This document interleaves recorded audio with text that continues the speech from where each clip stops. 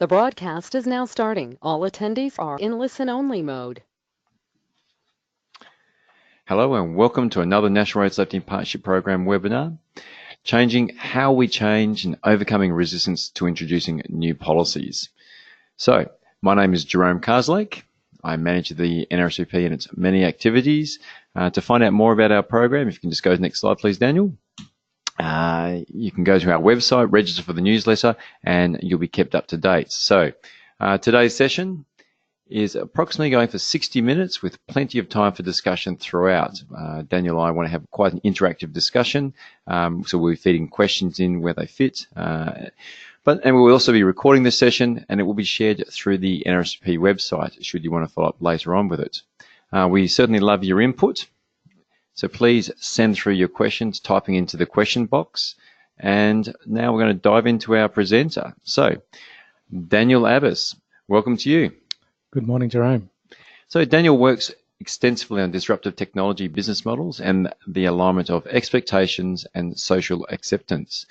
His background is in technology and strategy consulting. He's established 2 education technology startups that feature in the AFR Fast Starters. That's a great accomplishment. And has advised leading companies in Australia and internationally. Daniel is the director responsible for technology innovation at FutureEye. He's an ideal person to establish a program of work to test the marketplace and inform development of product and corporate strategy. So, and before we dive in, I just want to say one thing. I want everyone to realise that, unfortunately, there is no silver bullet for change management. Would that be a fair statement, Daniel? Look, I think it is. And what we're hoping to do today, and thank you very much, Jerome, I'm delighted to be here, is to really sort of step through what our experience with change, some of the conventional wisdom around change, and you'll see from the slide that I've had I've had a background in strategy and change management, and also with Curio in terms of major change, in terms of new disruptive business models, and more recently with social license work. What I'd like to do is reflect on conventional change and then look really at the social license perspective and what it may have to offer us in terms of change. So we can't promise any silver bullets, but what I'm hoping is a very informative and helpful addition to what is already out there in terms of change management theory. Great. First question, I guess, what is social license? That's a very good question, Jerome. Thank you. So social license, put very neatly, is managing the gap between what society expects of you and what you're actually doing. More broadly, it's a question of in the way people think about it, and there's been some media around social license more and more recently with relation to things like governance principles and so forth. Are we in deficit? Are we meeting society's expectations, and therefore, if we're not, do we have a risk, or are we in fact exceeding society's expectations, and therefore we have a level of social license resilience in the sense that this community really trusts us and likes what we're doing? And that's how we think about social license in a very simple way. Great. So how does it fit with organisational change? Look, that's a good question. So a big part of, and that's the question that we're going to explore. So how can we apply the lessons of social license to organisational change? So if you think about what social license is doing, really, it's looking at how do we close the gap between what society is expecting of us and what we're actually doing. And there are different mechanisms available to people. There's strategies, policy, internal change management programs that follow. So then the question is, to what extent do we as an organisation, what is our ability to meet the expectations of society? And if you want to think internally, what is our ability to meet the expectations of our own staff? So how do we design our policies? How do we design our change so that it brings everybody along?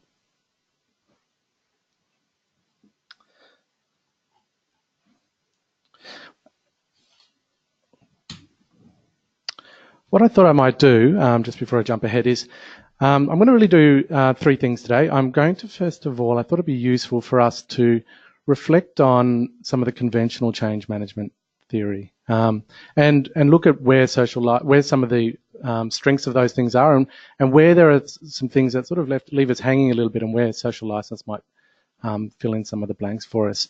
So we'll do that first, and it'll be a very quick, if you like, overview of some of the conventional social change management wisdom, and then we'll look at how social license can help build our understanding and offer us some practical lessons that we might take forward. Excellent. Looking forward to it. Great. So the first one that I wanted to look at is this quote: "Leaders establish the vision for the future and set the strategy for getting there." Now that's Kotter, so that's an older change management framework, but essentially it's a framework that's known as being quite a top-down approach. Now, vision is important, so that's something that we might want to pick out of this and keep and say, look, that is a very useful thing. But one of the challenges with this type of thinking is that it can be difficult to bring everybody with you. Comes across as what we would refer to as a hero status, and I'll explain what that means a little bit later. Similarly, there's other methodologies like this, the Patterson-Connor commitment curve, which is useful because it helps you understand and predict where you might have people rejecting the change. But ultimately what this one is all about is making a decision, implementing it, and trying to make it stick. Great. There's almost a tranche. The second tranche, what I refer to as simply as U-curve methodologies. And really they're all very similar. They all have a similar pattern, at least. They start off with this sort of building a compelling case for change, essentially to let go of the status quo. Some people even use terms like unfreezing, which it can be useful because it's an easy way to remember it. But they each descend into this sort of change chaos or change. They use different language. You might say there's anger, bargaining, depression in the middle of some of these processes, resistance, chaos. I've even heard it as a trough of disillusionment, and then you rise up at the end of the change process and try to refreeze or establish a new beginning or a shift to a new way of working. Look, I think these are helpful because they help people understand what's going on, but they don't, generally speaking, offer a lot of assistance in terms of knowing how to do these things. But it does offer a level of, I think, Jerome, of reassurance when you see that things are happening around you and you want to have faith that you are going to be able to emerge from the other side. And because consistent within each of these, though, is illustrating just, I guess, change is tough, yeah? Change is tough. That's right. There's a third one that I'd like to touch on, and this one you can think of this as, and look, this is an extremely powerful technique, more than a methodology, and this is what you might know as nudge theory, behavioural economics, choice modelling. It's more of an interventionist approach to enacting change. The basic idea here is that you construct the environment in such a way where you bring about change through what is sort of nicely called nudging. There are you can see that there's one there. This is often manifested through a technique called choice architecture. So you can see the 3 coffee cups, which is sometimes referred to as a decoy approach. So if you say to people, restaurants are known to do this. If you have a very expensive item, they don't actually expect you to buy it. They expect you to buy the second most expensive one. It's an intentional ploy to get you to buy the one that they want. But as somebody who's bootstrapped a couple of startups, with very little money to start off with, this is a very attractive change management technique because it enables you to do things at a very low cost if you're clever about it. The most famous example, it's a bit of a silly example, in an airport in Amsterdam, somebody had the idea, well, why don't we just paint a fly on the urinal to stop the mess? What does that mean? Well, they painted a little fly on the urinal and they found that people aim for it. So those that use urinals on this call may be able to relate to the effect of that. So suddenly you got something to target. You got something to target. So that's an example of saying, well, there was no sign up. They didn't have to do a sort of any kind of spend much money. It's an easy way to do things. Now the challenge with this methodology is it's a highly nuanced technique, and it requires a great level of skill, and it's quite an ask of people for which change management is part of their job, not a dedicated profession. And I would almost argue you need a master of psychology to be able to do it very effectively. And is that one of the reasons why it's quite hard for some organisations to bring change about? Do they think anyone can do it, or do they just dive in?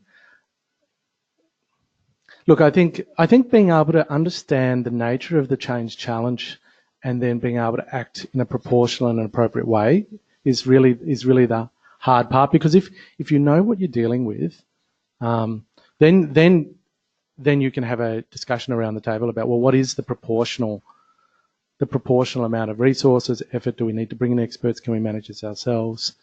You're able to have those conversations, which then make it a lot easier. So you really need to understand what's going on around you, and why is this a significant change? And that's really why I thought social license techniques might have something to offer there. So Jerome and I caught up and we said, well, there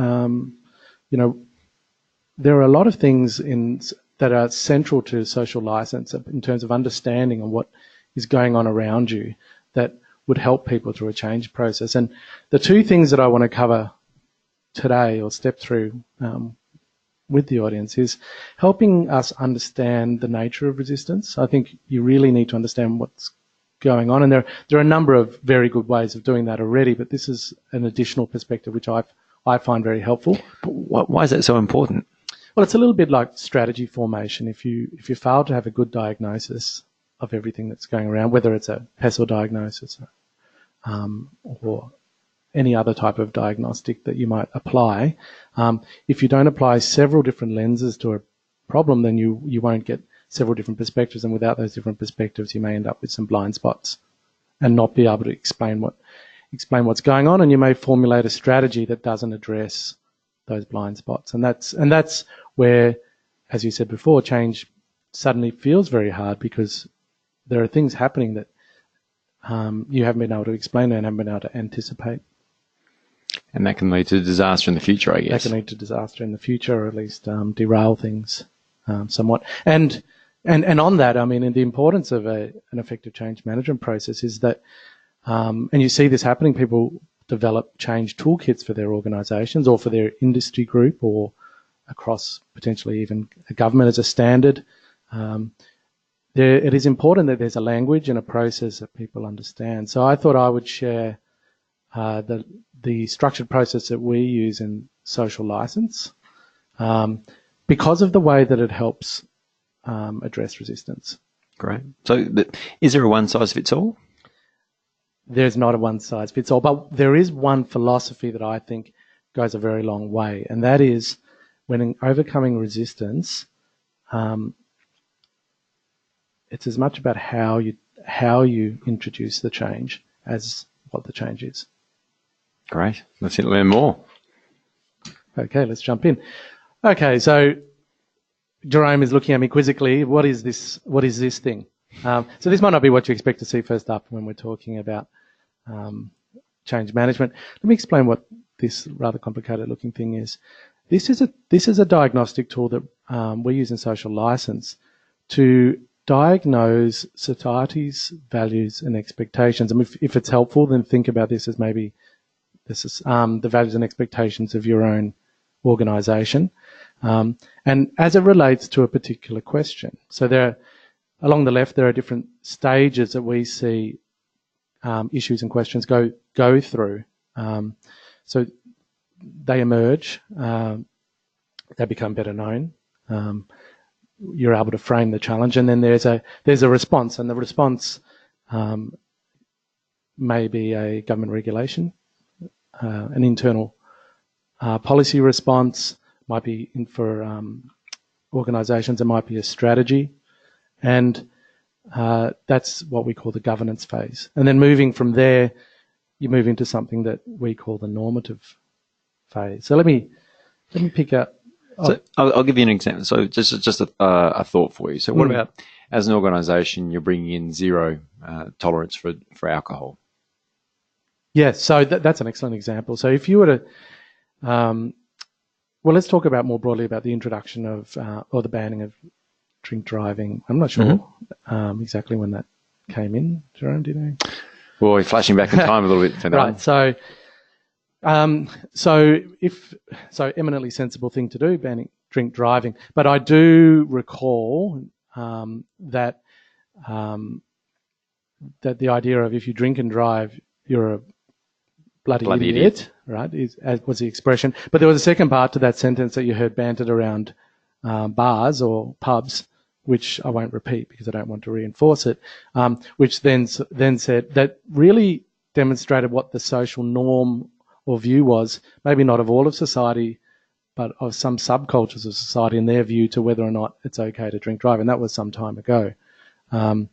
So clearly what was happening there was the policy was designed to lead us to a much better outcome by banning drink driving, but whatever it was 30 years ago, that wasn't necessarily consistent with what social norms were. So it wasn't really at a normative stage. If I grab another example, if I can try that, you see some advertising these days where there are a group of guys sitting around and they're essentially telling off one of the other guys at the table for what appears like domestic violence over the phone. He's talking to somebody and it sounds like he's being abusive. And the people around the table are essentially telling him off. And what the advertisement is clearly trying to do there, in my view, is establish that it is a social norm that you should not be treating people like that. That is not okay. And a number of advertisements along these lines are trying to reinforce the power of social norms. And social norms are fantastically valuable for us because that's the point where, and in change management theory, you'll hear the importance of social contracts. So that's where the person next to you is just as likely to police things as management because that's the accepted point of view. People start repeating in a strong culture that is reinforcing a policy or a change. In a strong culture, they will use stories and symbols to reinforce a point of view. So they will repeat a story that very powerfully makes the point, and the culture becomes self-sustaining because that is the expectation now that change has taken hold. So that we're seeing that right now. We're living through the big changes that's coming forth. That's right, and this you can really apply this to a great many things. So if you think about this can happen in different ways. If you take the recent discussion around gay marriage, so I think the government found out quite quickly that perhaps it was not in the governance phase, it was not in the challenge phase, but it was very much as in the normative phase, at least for the majority of people, not everybody. So your ability to understand what is going on around you and the size of the gap between what the culture or even subculture of your organisation and even potentially versus external cultures, such as broader societal expectations, is really important because that gives you a sense of the size of the challenge. Is that where a bit of the us versus them is sort of breaking down that sort of, I guess, those silos? Would that be correct? Well, it's interesting. So I'll answer that by referring to this chart. So let me explain what this chart's all about. This is saying, well, if we accept that that society expects something from us, and we're trying to close that gap, or lead change through strategy, policy, regulatory intervention, then we also need to be able to execute. And if you take community expectations across this x-axis and then your internal ability to execute on the y-axis, then what is really happening here is being able to diagnose, well, how well can we execute on this change? Like, how well do we match up in terms of the way that we're thinking about what we're doing versus what people expect from us? And this is particularly acute in industry groups. And it's acute on for two reasons. One is typically industry groups have been doing what they've been doing for some time. Unfortunately for them, in some ways, societal values and expectations are not fixed; they shift over time. So they might be looking at something that they've been doing forever, and they can be caught somewhat unawares that expectations have shifted. But internally, in their strong subculture, they are blind to that because they have a very strong view anchored in the past of how they do things. It sort of reminds me of, I guess, one of those sayings is like Melbourne having a large Greek population. Our Greeks are more Greek than the Greeks, because somebody said something along those lines to me before. Because of was this something to do with that theory that when people departed a culture, they tried to perpetuate their culture for longer. They hold on to it. They hold on to it, yeah. And they remember it as it was always like that back in the day, whereas countries continue to evolve, exactly what we're talking about now. Well, it does contribute to a stronger sense of identity and the strength that people can draw from that. The other side of industry groups that are, which I find interesting, is they're not a traditional organisation in that you have a lot of direct control over them, right? They're member-based or association-based. So then what you're doing there is you've got a much bigger change challenge, because you're trying to represent and, if you like, broker this community expectations and internally this membership base of associations of which you have no direct control. And their values will be very solid, and quite often they have their livelihoods are reliant on it as well. That's right. Yeah, that's right. So it's quite that one can be quite a challenge. And look, a good example that I'm able to at least mention, because it was in the media not long ago, was the live export industry. So the live export industry, I think we saw how quickly the furore over social media are built up, and whilst there will be different levels of sort of shock within the industry as to that reaction, a great number of them have been doing the same thing for a very, very long time and essentially hadn't realised just the size of the shift of community expectations. Now, enacting change, and Simon Crean was reported in the media, I think late last year, of saying, look, we didn't heed the lessons from the work that we did out there in 2014, which highlighted some of these challenges, because really your ability to respond to close that gap is limited by essentially your ability to persuade and make the change internally and across your members. So in this case, in the case of this graph, that led to a destruction of reputation or and on top of that, commercial issues, because what that does is it says, well, there's such a gap here that it leads to a regulatory intervention, which is, of course, what happened. So this starts to show the connection between the challenges of change management and understanding what's going on. Is the line as fine as what it is there between falling between build reputation to destroy reputation? Is it the line that tight? Look, it's not. And this goes to your point about or question about one size fits all. As we go through some of the things that we can look to apply, most of them are spectrums, and it depends on how acute your diagnostic is. So if you think the situation is quite acute, there are large gaps between how your staff and society view you and just the size of the challenge, then you will have to take more dramatic action, we find. Okay. So it's not black and white. So when you're trying to introduce a policy, so just say you want to introduce a response, so you've realised that that there's potential operational risk, because operational risk is essentially that gap, and for some organisations that is the risk of regulatory intervention. Then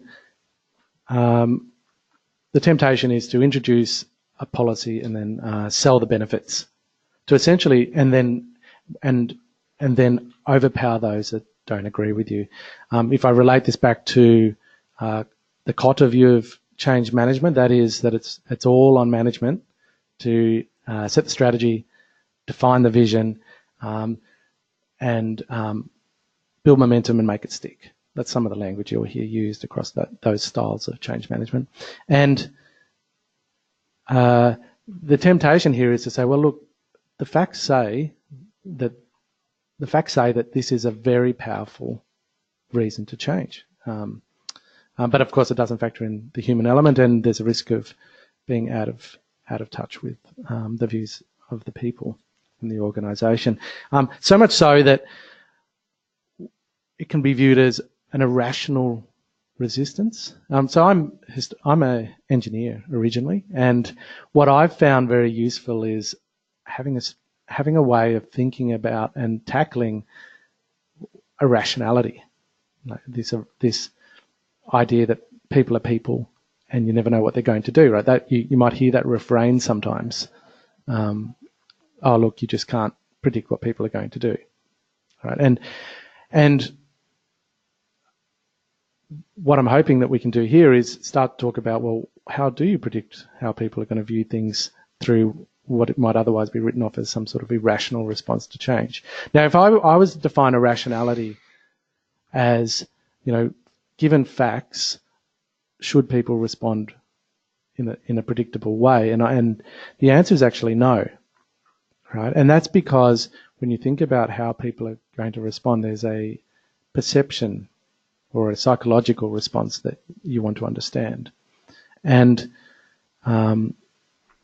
people will actually block out or not be responsive to this compelling case for change or the facts, as they were, unless you address outrage first.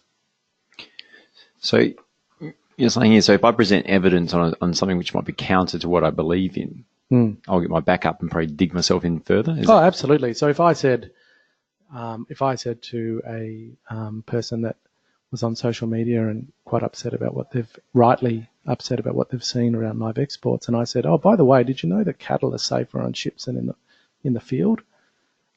That's not going to go down well, whether it's a fact or not.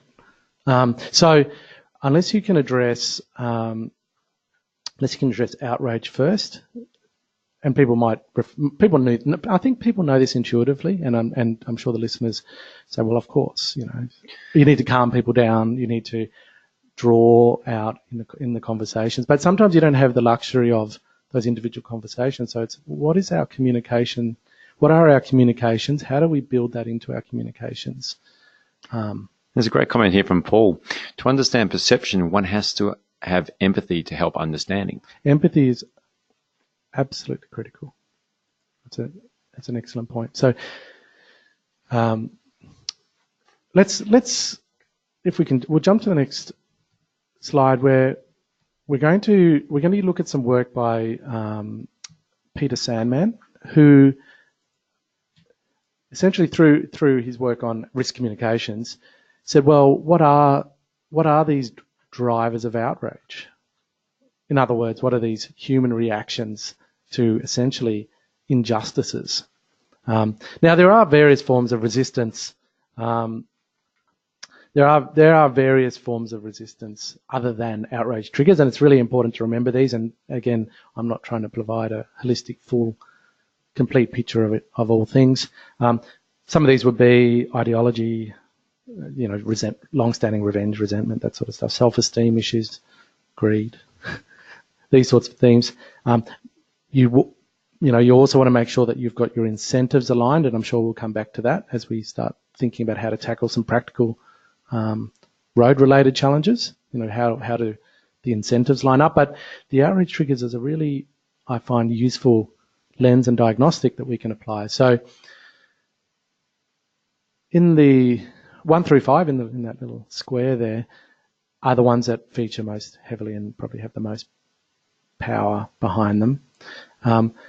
Control. Who has control in the situation? So this is this relates to, well, if this decision is being made and impacts on me, then how, what level of commitment do you expect from me, given that I had no control over this? And we each can probably relate to some of these things in our own lives. This is what the nudge and choice architecture in particular is trying to tackle and see off at the pass, is this notion of control. Is that where fear can come from a lot from people? Well, fear. I mean, that fear is a broader word than some of these things, but dread is one that might relate to fear. So, how bad could this be? So, there's a tendency to catastrophize. What's the worst case scenario? Worst case scenario. So, and there are some techniques that we'll talk about how to see that one off as well. So fear is part of it. It's the uncertainty question, which is down in number 5 as well. Do we know what could happen? And Kelly raises a really interesting point. I think we can look at some of these triggers. So how might you address the outrage for introducing a 0 BAC for all drivers? How might you address it? Because there were a lot of triggers. I could see that drawing a lot of that sort of, a lot of those 12 that would flow into that. Well, let's maybe you can, as you know the subject matter better than I do, not to suggest that you know much about blood alcohol, of course. But if you were to adopt what Paul is saying on the line about adopting empathy, and then applying it to Kelly's question, then what would be a person that's in the situation that you would need to address their outrage? What would they be thinking? I can't go out and have a few drinks with my friends and drive safely home. What happens if I just have a drink after work and get home? Well, because it's especially for alcohol, it's part of our culture.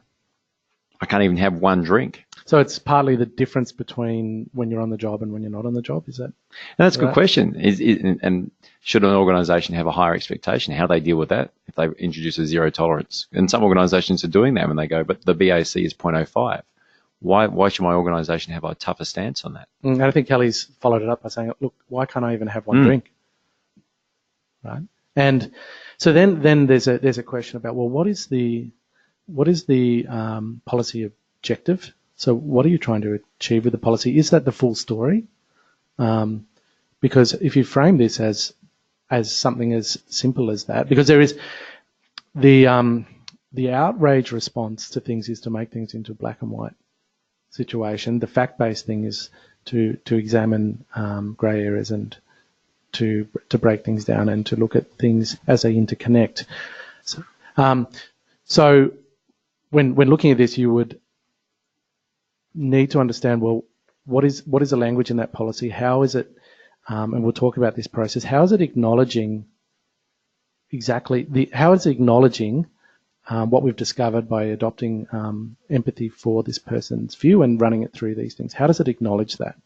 And how does it address that concern? And we will, if I promise to the listeners, come back to a method for doing that. It's coming up.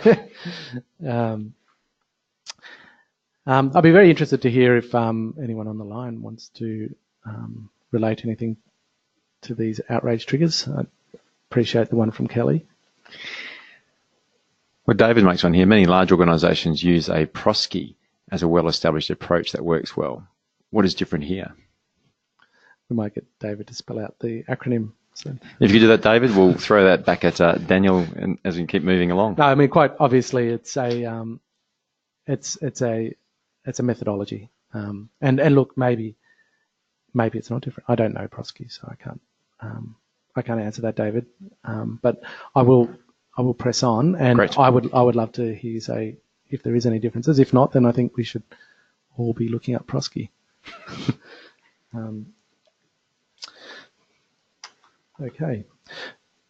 All right. So now, if we say these are some diagnostic techniques, then the question is, well, how do you then think about applying what we know into some sort of set of tools or process that can complement whichever change management toolkit, whether it's PROSCI or others, that you've adopted organisationally. You'll notice the picture there. The picture's from the movie Inception, and there are that is almost the nirvana. If you can achieve change management where it's, in this movie, so essentially what happens is they realise that to bring about a change, they need to convince somebody that it's their own idea, right? And so that it deeply connects with their own sense of values, that it's something that they've thought of, and that they want to see happen and will see through. So I think I got a good segue there. I remember I was chatting with one head of safety from an organisation, and the question they're looking to do is bringing in a mobile phone policy. And what his conversation with his employees was, can you give me an example of one time when you've been on the phone whilst driving where you've cracked a big sale?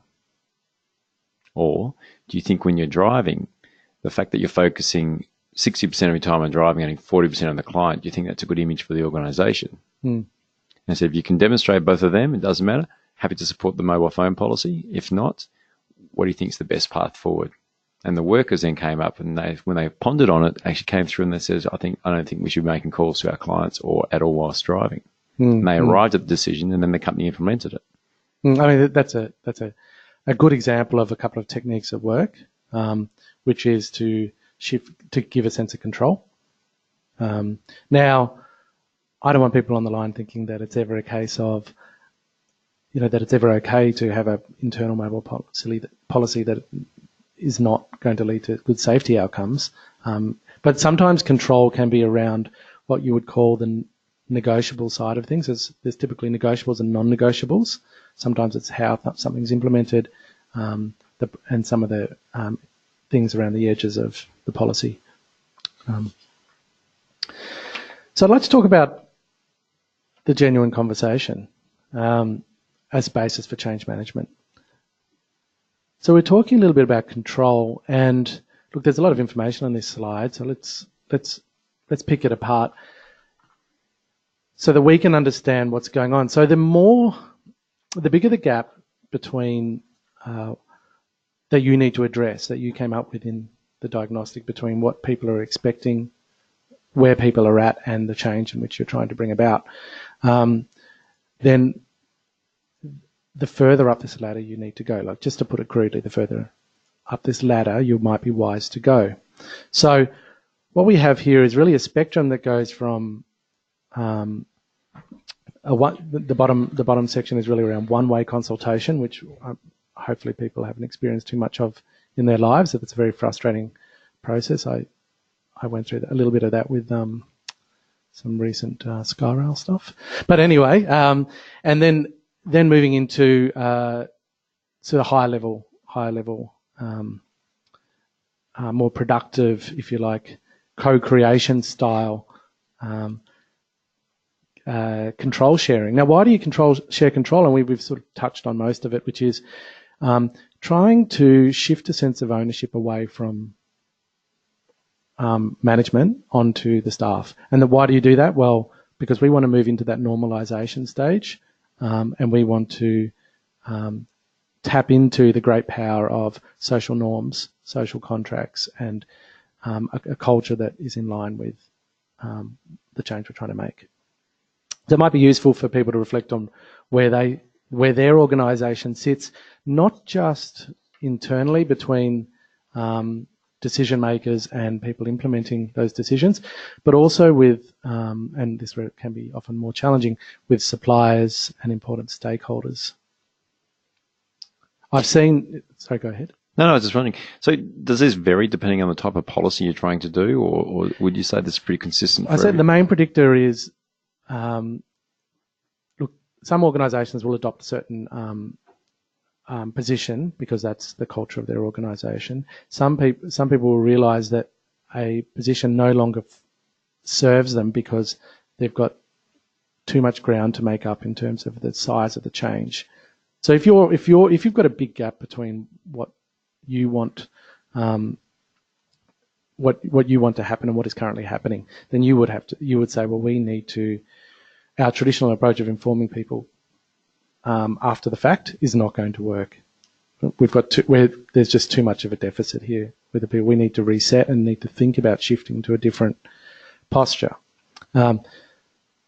But of course, you don't want to be seen to flip flop and be inconsistent either. So there's almost a, I think the expression is a come to Jesus moment where you might say, look, we just can't operate like this anymore. We need to involve people in the decision making in a genuine way. Mark is asking, do shock adverts help to make change, and if so, how? Look, I'm not an advertising expert. I've heard that they can have a desensitization effect and a resentment effect, but I decline to comment. Really, I don't really know, and I'd hate to say something that would, misinform people. I've heard that they're very effective. I just don't know that it's a bump or if it's a sustained. But sort of sustained thing. We tackle a similar question with when we're asked about PR campaigns, particularly those where organisations are trying to buy a social licence, where they come out and they showcase all the wonderful things they do for the community. When we know that it's not a resilient social licence, it's like a temporary bump, and then you are ultimately judged in terms of alignment of what you're actually doing versus what your expectations are.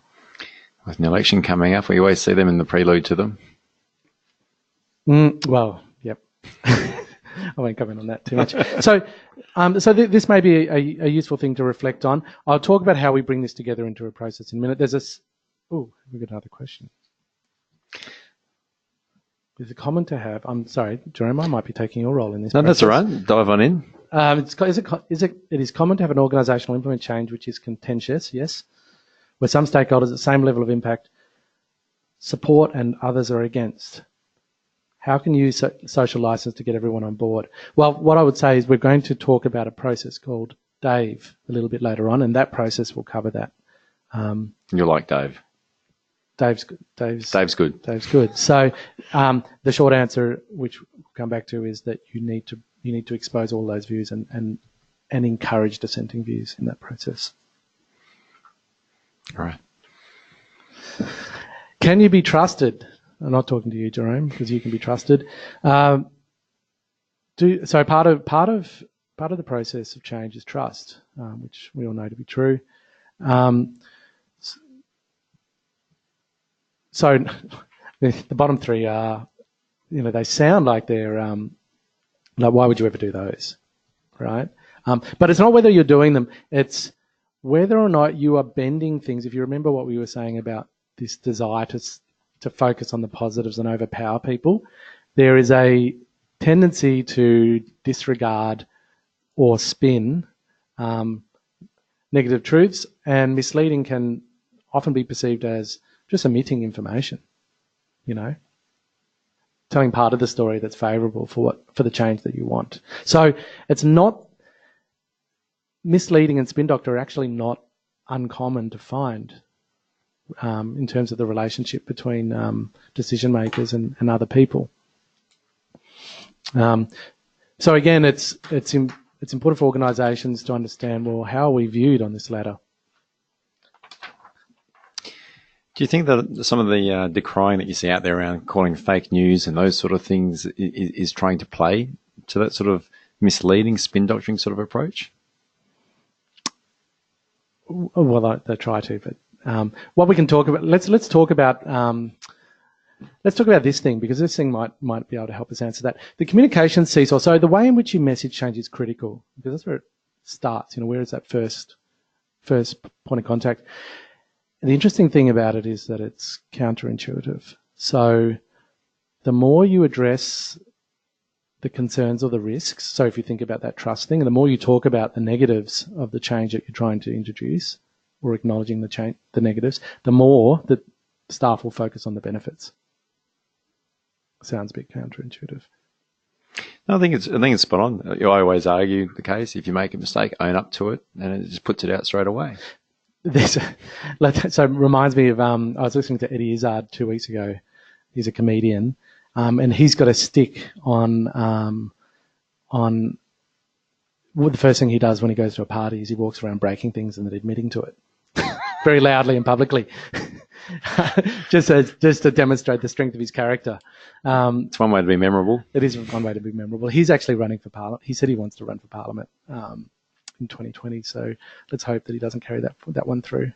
The more you accept responsibility, the less you are blamed. So if you're acknowledging all of the things that you've done, just like Eddie Izzard, then the less likely you are to be blamed for the outcomes. Okay. The more you focus on the catastrophic worst case scenarios, the more people will focus on how unlikely those scenarios are. Which is that climate change argument. It's climate, yeah, well. So this creates a shift in support. So the people that disagree, let's focus on the people that disagree with you. They say, look, they will say, we've found, is that I'm glad you can see the importance of their points of view,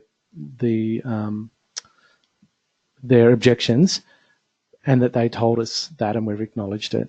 I'm more likely to consider your point of view now. So if you take mobile phone, we've talked a little in the past about a mobile phone challenge. Well, how do you, of course, you should not use mobile phones. Even touch mobile phones really, or even hand-free kits are in question on the roads. But but what is it that you might need to acknowledge? So are you acknowledging, what would that conversation look like? Would people say, I'm glad that you can see the importance of me, that I'm on the road a lot by myself. It's hard to stay in touch with family, especially around kids' bedtime and other things.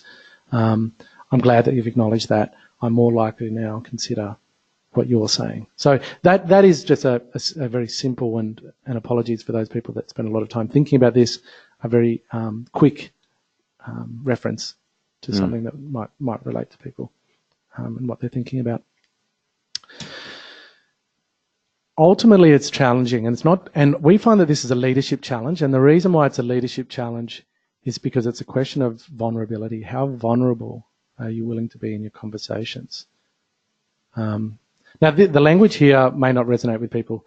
The hero, the misunderstood victim, the distracted deity. These are very melodramatic. But when they may not relate to people when they're thinking about how they deal with their staff, but they may. So if you look at the hero, that is the most attractive posture for management, again, relating to that sort of Cotter idea. It's management's role to work out where we're going and how we're going to do it, what policies we need to implement, what those policies look like and how we implement them. But that means you own it all, right? It means that you tend to sell the benefits. People don't necessarily trust you necessarily. The more effective postures, and these are the ones that you tend to adopt when the gap is quite large or the ask of the change is quite large, where you start to say things like, the repentant sinner, we're going to do better. We don't always get our policies right. In the past, we haven't involved the right people. We're determined to do better. That sort of language, which really has an impact, as you can imagine, if you think about how you would feel in that situation with that sort of language. And I guess that's a really, from a management point of view, it can be quite tough because a lot of them want to be achievers. They want to get things done. They want to say, look what I've accomplished. I've got a goal. I can see the outcome I want. So I just want to dive in and get into the doing.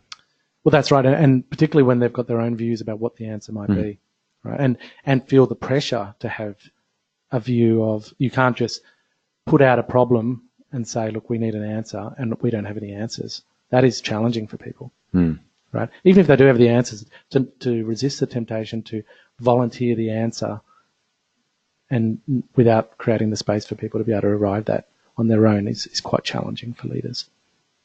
Yeah. Nicola on the line says she can't wait to meet Dave. Let's talk about Dave. So if we bring together these notions, so we talked about our diagnostic. We talked about understanding the size of the change gap.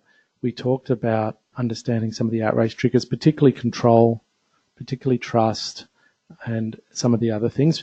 We know that there are there's a need for a simple change management toolkit, and you will have one in your organisation, perhaps. But there's also a way to think about how to have the conversations, and that's where I think this thing comes in. And let's talk about DAD first. So DAD means you decide on the policy or change, you announce it, and then you defend it, or the way that usually manifests itself is you sell the benefits of it and try and overpower people with those benefits. I think that's something we see quite often. That's something quite often, and again, we could see from the previous slide, that's an attractive posture. People feel like they, these quotes, like, they're not wrong, they're just well used, where, if you want to go fast, go by yourself. If you want to go further, go together, that sort of stuff. That's where this DAD works against some of those philosophies. The second one, Dave's our mate, is, well, the first thing to do is to start the conversation at the start. So you say, and focus, and this Dave process is focusing on the how you form the policy, is declare the dilemma at the start, at the heart of everything, every gap between what people are expecting and what you want them to do is a dilemma, a genuine dilemma. People, for us, and we tackle these all the time, where you're saying, well, look, one set of views believe this, but at the same time, there are a whole series of reasons why that's challenging for other people. And sometimes it can feel like there's a lose-lose or a win-lose type situation and no win-wins. And there may not be a win-win situation. But the key is to acknowledge each of the sides so that you can take advantage of the seesaw, the psychological seesaw. If you can take advantage of the psychological seesaw, then what you effectively do is you start to affect the right people in the organisation or in the industry, or even if you're tackling a societal change more broadly in government. For example, we just recently released a report on sustainable agriculture for the Department of Agriculture, which acknowledged a whole series of issues on the farmers' side, on animal welfare side, and a whole range of other things, which elevates the conversation and says, okay, well, we've acknowledged those things, we've cleared the air on those things. And this is why it's so critical, to come back to Nicola's question about things that are contentious, to involve a great range of views on the topic.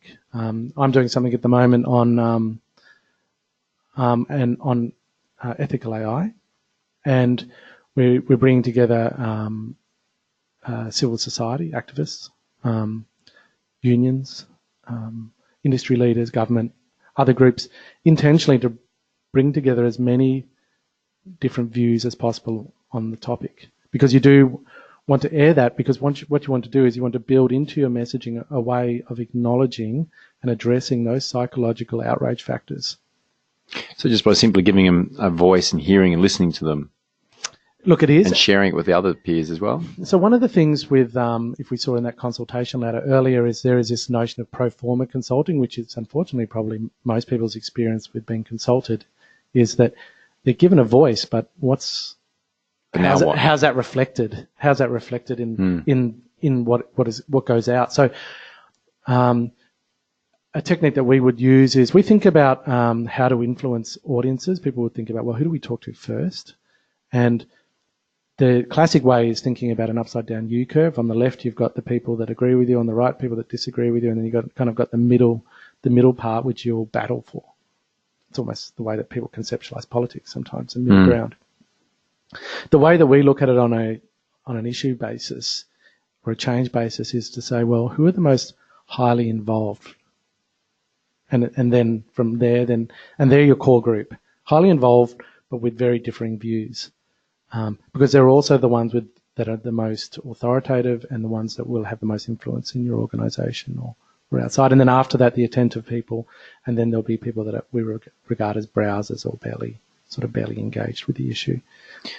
And is it that vocal majority, like that 5% that can be really vocal? What chance have you got to influence them? So you want to involve all perspectives. You don't need to. This isn't a sort of a pander to everybody in that way. So you don't say, well, because you've got the loudest voice, and that means that we're covering all of those people. But in a way that's true. You say, well, who are the people that are most involved in this issue? Okay. Yep. So vision is critical. So together you build a vision. Now this sounds a bit nebulous, but I'm sure we'll get into some more specifics in some of the questions. We get into the vision, and then this is unlikely. What I would say then is this is unlikely. By having a shared vision, then you've got a base on which to proceed, and you may walk away with a different view of not the non-negotiable aspects of the policy or change, but the negotiable aspects. When's it introduced? How's it introduced? What's the best way for us to implement it? So on and so forth. And then this isn't going to be the last change that you make in the organisation, so you need to think hard about the posture. Did that work well for you? And how do you report back? How do you evaluate how well this is going in a way that is humble and open with the organisation, so that you leave fertile ground behind you for the next change, as opposed to some of the scorched earth that you might see on occasion. And that evaluation, you sort of agree, that the group all agrees with that as well? It's quite consultative as well? That's right. And Nicola's just made the point, if I jump onto that again, you will break trust if groups are not really heard. So what you want to do is make sure that you're running this DAVE process from the start every time. So it's a good point by Nicola. So if you've got, if you want to think of it as sort of a growing spheres of engagement, you need to run this process every time, and don't segment people based on their views as I'm going to go and talk to that. Because the way that people traditionally manage risk, or at least their personal feelings about the process, is by limiting who they talk to, or going and talking to different groups that have similar views as a group. People need to see, what essentially happens on a psychological level when they're put in the room with people with different views. Okay. So replaying this process through is critical.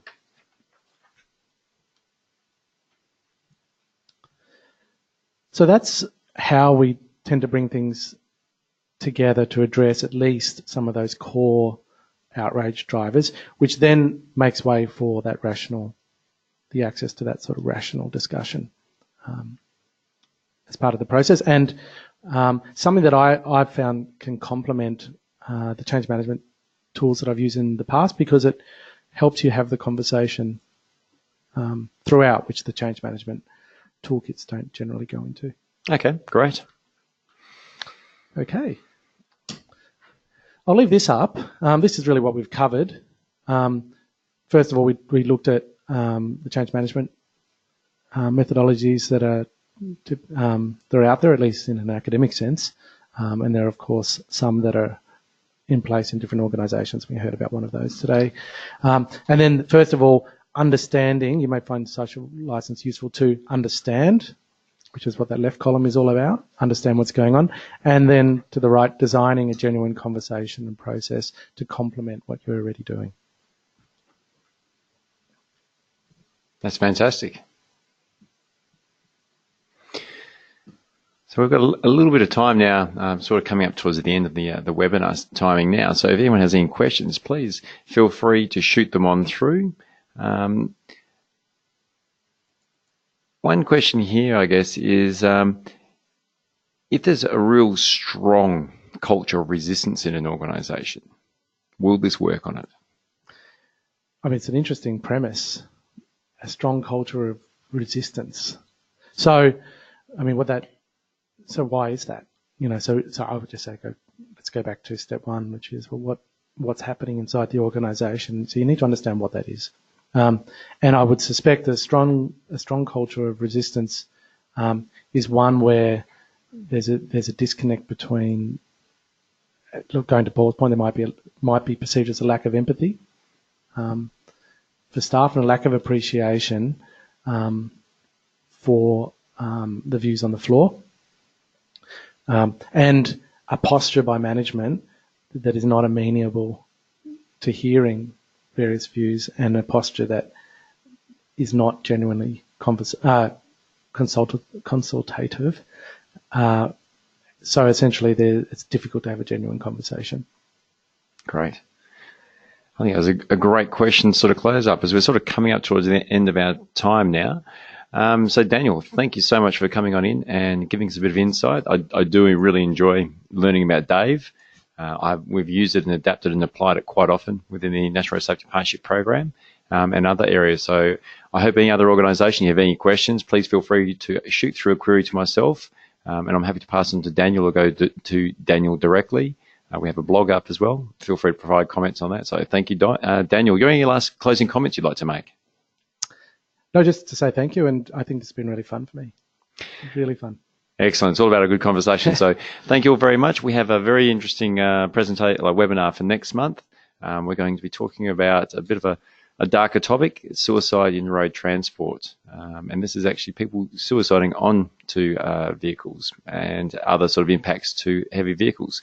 Anyway, thank you very much again, and I hope you can join us in the future.